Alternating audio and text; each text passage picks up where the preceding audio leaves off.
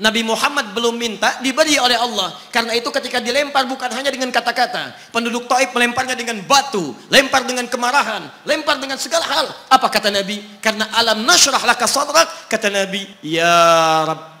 Ketika dua malaikat penjaga bukit mengatakan, angkat tanganmu Muhammad, mud yadaika ilas sama, angkat tanganmu ke langit dan mohonkan kepada Allah supaya kami angkat gunung Taif untuk menghimpit mereka yang tidak punya sopan santun itu. Murka malaikat. Bagaimana Rasulnya dilempar dengan batu, berdarah menetes, bentengnya Zaid bin Thabit luar biasa, tidak mampu menghalanginya. Apa yang terjadi? Nabi, alam nashrah laka sadrak. Kalimat mulia mengalir di lisannya.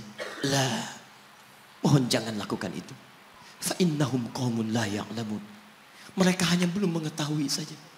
Saya bermohon kepada Allah, kelak di bumi Taif ini akan nampak laki-laki, perempuan, besar, kecil, tua, muda yang akan mengatakan beriman kepada Allah dan Rasulnya. Lalu lantas beliau berkata kepada Allah dengan kalimat yang mengalir syahdu, dengan darah yang masih mengucur, dengan kalimat yang berbelas kepada Allah, Ilahi, ila man takiluni, am ila ba'idin yu'limuni, a ila qaribin yu'zini, fa ana radin ya Rab, ma lam taghdab alayya, la hawla wa la quwwata illa billah. Ilahi, duhai Allah, ila man takiluni. Setelah dari sini yang saya dilempari, saya dihujat, kemana lagi engkau akan antarkan saya? A'ila qaribin yu'zini. Apakah ke tempat yang dekat dari sini dan saya akan disakiti lagi? Am ila ba'idin yu'limuni. Atau tempatnya masih jauh yang harus saya tempuh, tapi di tempat itu saya akan dihinakan lagi. Ana radin. Saya ridha ya Allah. Malam taghdab alayya, sepanjang engkau yang tidak murka kepada saya. Alam nashrah laka sadrak. Manusia melempari, radin. Manusia menghujat, radin. Malam taghdab alayya, sepanjang engkau tidak murka kepada saya. Muhammad sallallahu alaihi wasallam.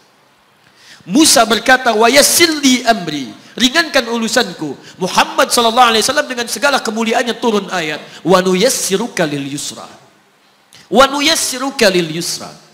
Karena itu Nabi Rasul dulu mukjizat tampak di depan mata. Ada yang menghidupkan orang mati dengan menyebut kalimat Allah biiznillah, biiznillah. Sampai maaf teman-teman sekalian, mukjizatnya ada, Rasulnya ada, di hadapannya Allah mau dicari dan dibunuh juga. Muhammad sallallahu alaihi wasallam, wa nuyassiruka lil yusra. Tidak banyak mukjizat seperti nabi-nabi dahulu, dengan turunnya satu mukjizat beriman kepada beliau sallallahu alaihi wasallam, bahkan nyaris orang-orang yang tidak pernah melihatnya. Lihat umat masa lalu. Kaumnya Musa, Musanya kelihatan. Mukjizatnya bagus, tongkat dilempar jadi ular, tongkat dipukulkan ke batu keluar 12 mata air. Quran surah kedua ayat ke-60. Apa yang terjadi? Umatnya masih belum mau beriman juga. Nabi Isa alaihissalam masih kelihatan, orangnya ada, nabinya ada, mukjizatnya ada, rasulnya ada, libat luar biasa, mukjizatnya luar biasa, istimewa. Tapi apa yang terjadi? Dicari-cari nabinya mau dibunuh, belum beriman juga. Muhammad SAW spesial. Perhatikan. Kalau orangnya kelihatan Anda yakin, Anda beriman, itu wajar. Muhammad SAW, ada orang yang tidak pernah melihatnya, tidak pernah menatapnya, mimpi pun belum tentu berjumpa dengannya, tapi mau beriman kepada Muhammad SAW.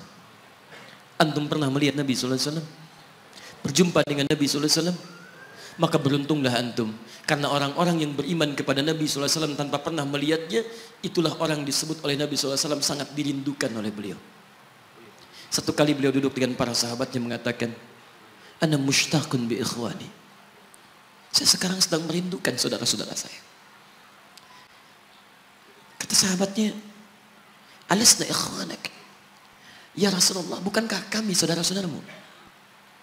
Kata Nabi, bal antum ashabi, kalian itu bukan saudara-saudaraku, kalian sahabat-sahabatku. Ikhwani humul ladzina lam yarawni walakinnahum yu'minuna bi. Saudara-saudaraku itu adalah orang-orang yang tidak pernah melihatku, tapi mereka mau beriman kepadaku. Jadi kalau Nabi saja merindukan antum, kenapa antum tidak merindukannya? Kalau Nabi menantikan kita di surga, kenapa kita tidak menjemput penantian itu? Karena itulah Muhammad SAW akan menjemput umatnya di surga, dan tidak melangkahkan kaki ke dalamnya sebelum berkumpul umatnya dibimbing beliau oleh SAW ke surga. Allahumma salli wa sallim wa barik alaihi.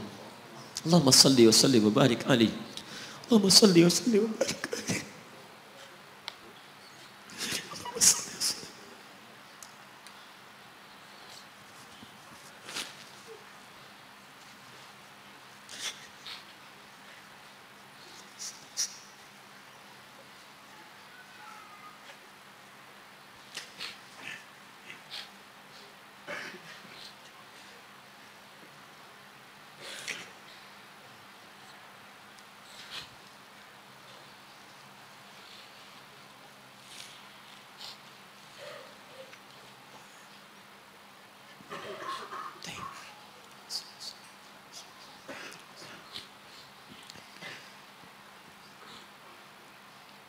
Maka diturunkanlah kemudian hudan yang terakhir.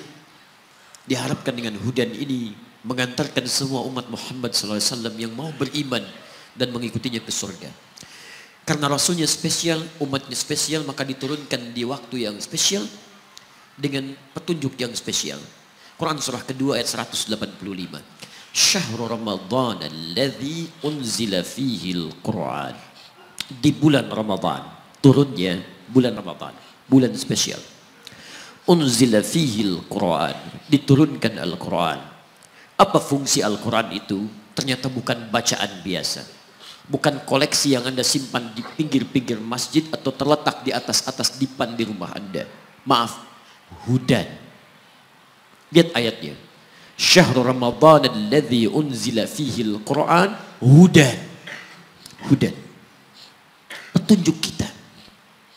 Sumber kebahagiaan kita. Sumber ketenangan kita.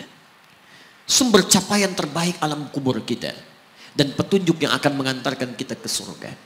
Dan hebatnya, kalau yang umat-umat dulu itu terbatas sifatnya. Tidak pernah disebutkan linnas. Suhuf. Suhuf Ibrahim wa Musa. Daud untuk kaumnya. Musa untuk kaumnya. Isa untuk kaumnya. Tapi Muhammad SAW hudannya linnas untuk semua manusia. Jadi tawaran Quran, Allah menginginkan semua manusia yang kembali ke surga. Cuman kadang-kadang sayang, maaf teman-teman sekalian, saya tegaskan kepada Anda, ayat ini tegas memberikan isyarat bahwa hidayah Allah ingin diberikan pada semua manusia. Jadi kalau kita lihat keterangan Al-Quran, seharusnya tidak ada satupun manusia yang tidak dapat hidayah. Semua dapat. Cuman masalahnya, ada orang yang diberikan tapi dia tidak mau mengambilnya. Ini masalahnya. Hidayah itu bukan persoalan mendapatkan atau tidak. Persoalannya ketika Allah berikan, Anda mau ngambil atau tidak, itu masalahnya.